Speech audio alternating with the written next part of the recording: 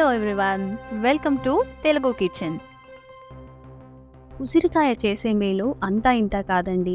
ఉసిరికాయల్లో vitamin C పుష్కలంగా ఉంటుందనేది అందరికీ తెలిసిన విషయమే. సో ఈ సీజన్లో ఉసిరికాయను రెగ్యులర్గా తింటే జలుబు, దగ్గు, ఇండైజెషన్ ప్రాబ్లమ్స్ లాంటివి రాకుండా చేసుకోవచ్చు. బట్ ఉసిరికాయను పచ్చిగా తినడం అంటే అందరికీ ఇష్టం ఉండదు. మరి అలాంటి వాళ్ళ కోసమే కాక మీ అందరి కోసం నేను ఈరోజు ఉసిరికాయ కారం చేసి చూపించబోతున్నాను. ఈ ఉసిరికాయ కారాన్ని ఇడ్లీ, దోశ, అన్నం ఇలా అన్నింటితో తినొచ్చండి. రుచికి రుచి, ఆరోగ్యానికి ఆరోగ్యం. ముందుగా ఉసిరికాయల్ని కడిగి తడి లేకుండా తుడిచి వీలైనంత సన్నగా తరిగి పెట్టుకోవాలి.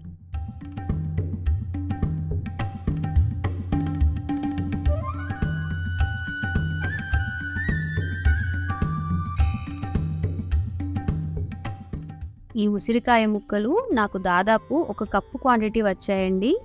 ఇప్పుడు నెక్స్ట్ ప్రాసెస్ ఏంటో చూద్దాం.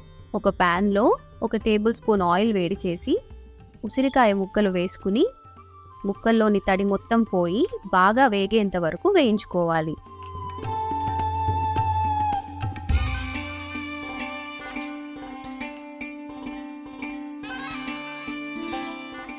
ఇప్పుడు ఇంకో 1/2 టేబుల్ స్పూన్ ఆయిల్ వేడి చేసి ఒక్కో టేబుల్ స్పూన్ పచ్చిశనగపప్పు, మినప్పప్పు వేసుకుని అవి కాస్త వేగేంత వరకు ఫ్రై చేసుకోవాలి.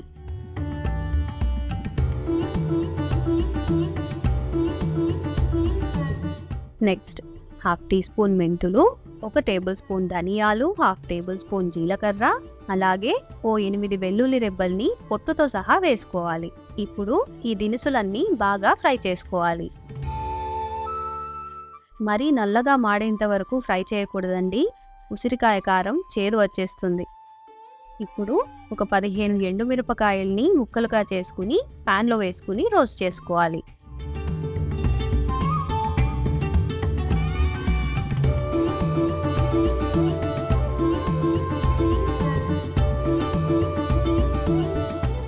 ఇప్పుడు ఒక మిక్సీ జార్లో వేయించి పెట్టుకున్న ఉసిరికాయ ముక్కలు,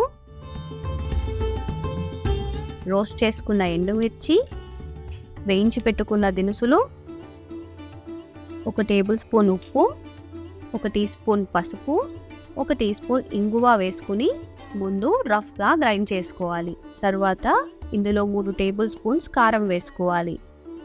ఇప్పుడు మరోసారి గ్రైండ్ చేసుకోవాలి. ఇది వెల్లుల్లి కారంలాగా కాస్త బరకగా ఉంటేనే బాగుంటుందండి. అంతేనండి, ఉసిరికాయ కారం రెడీ అయిపోయింది.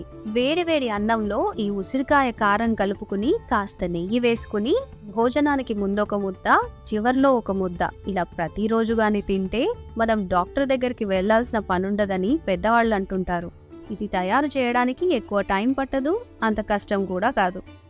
సో మీరు కూడా ఇది తయారు చేసుకుని తిని అందరూ హెల్దీగా ఉండాలని ఆశిస్తున్నాను.